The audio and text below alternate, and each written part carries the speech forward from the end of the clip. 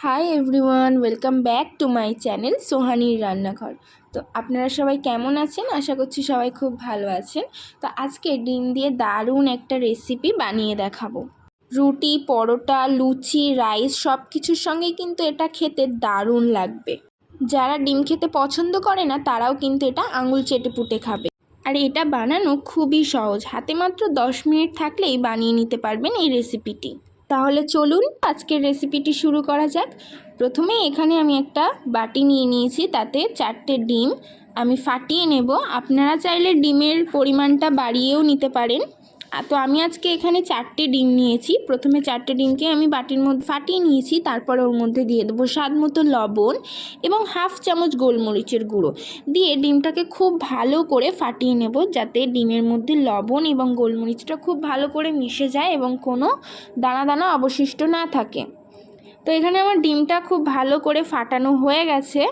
এখন একটা বড় ক্যাপসিকাম এবং দুটো বড় পেঁয়াজকে কিউব কিউব করে কেটে নিয়েছি এবং 10 থেকে 12টা কাঁচা লঙ্কা এবং রসুনের কোয়া কুচিয়ে নিয়েছি। আপনারা চাইলে লঙ্কার পরিমাণটা বাড়িয়ে কমিয়েও নিতে পারেন।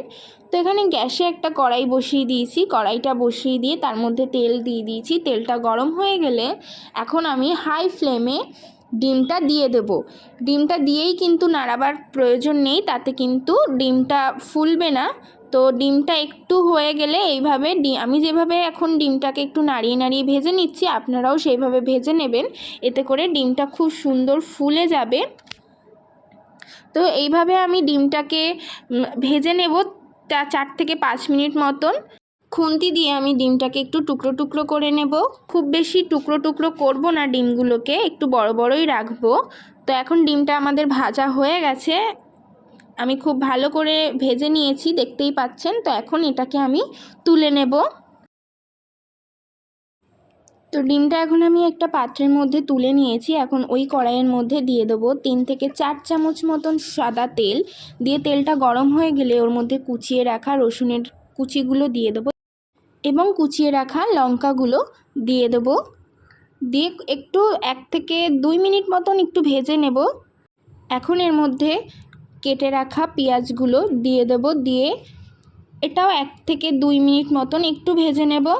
ভাজা হয়ে গেলে এর মধ্যে দিয়ে দেবো কেটে রাখা ক্যাপসিকামগুলো, আবারও একটু খুব ভালো করে ভেজে নেব। এখানে ক্যাপসিকামটা খুব বেশি ভাজার প্রয়োজন নেই এবং এখানে আমি এখন লবণও ব্যবহার করব না, তাতে যে পেঁয়াজ এবং ক্যাপসিকামের ক্রাঞ্চিনেসটা আছে সেটা নষ্ট হয়ে যাবে।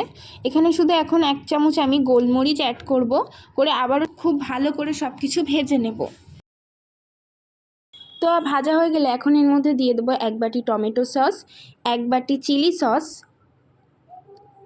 এবং 1 চামচ সয়া সস দিয়ে সব কিছু খুব ভালো করে আবারও নাড়াচাড়া দিয়ে মিশিয়ে নেব। এখানে আপনারা শেজওয়ান সস বা আরও অন্যান্য সস অ্যাড করতে পারেন, কিন্তু এইগুলো দিলেই খুব ভালো খেতে হয়। এরপরে এর মধ্যে দিয়ে দেবো 1 চামচ ভিনিগার, এখানে আপনারা লেবুর রসও ব্যবহার করতে পারেন, এবং দিয়ে দেবো 1 চামচ কাশ্মীরি লঙ্কার গুঁড়ো। দিয়ে অল্প একটু জল দিয়ে আবারও সব কিছু নাড়াচাড়া দিয়ে খুব ভালো করে মিশিয়ে নেব।